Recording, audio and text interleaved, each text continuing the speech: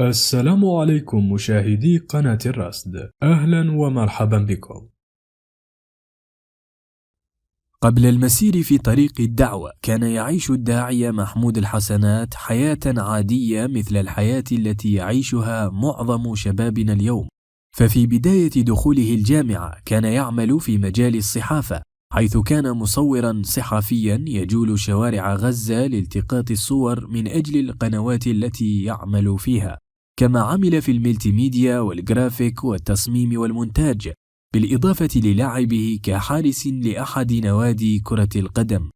أخذت حياة الداعية محمود الحسنات تتخذ مسارا جديدا عندما شارك بالمسابقة الوطنية لفن الخطابة والإلقاء في فلسطين، ولم تكن له معرفة بهذا المجال آنذاك، إذ لم يدخل مجال الخطابة في المساجد قط، ولم يكن من الملتزمين حتى، بل كان بعيدا كل البعد عن الدعوة والتبليغ، وإنما على حد قوله شارك في هذه المسابقة بناء على نصيحة أحد الأساتذة: ادخلها وسيفتح الله لك.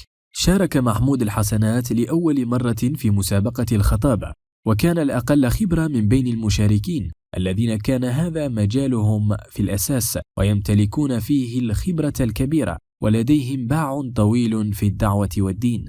رغم كل ذلك حصل الداعية محمود الحسنات على المركز الأول في فن الخطابة على مستوى فلسطين، وأدرك حينها أنه أمام مسؤولية كبيرة ويجب عليه الالتزام، فكانت هذه هي نقطة البداية، نقطة الانطلاق إلى الدعوة والخطابة. من هنا بدأ الداعية محمود الحسنات مجال الدعوة إلى الله، مستشعرا صعوبة هذه المهمة، فهي مهمة الأنبياء والمرسلين، إذ يقول: عندما تتكلم في هذا المجال وتخوض غمار الدعوة إلى الله، أنت حينئذ سفير لرسول الله صلى الله عليه وسلم.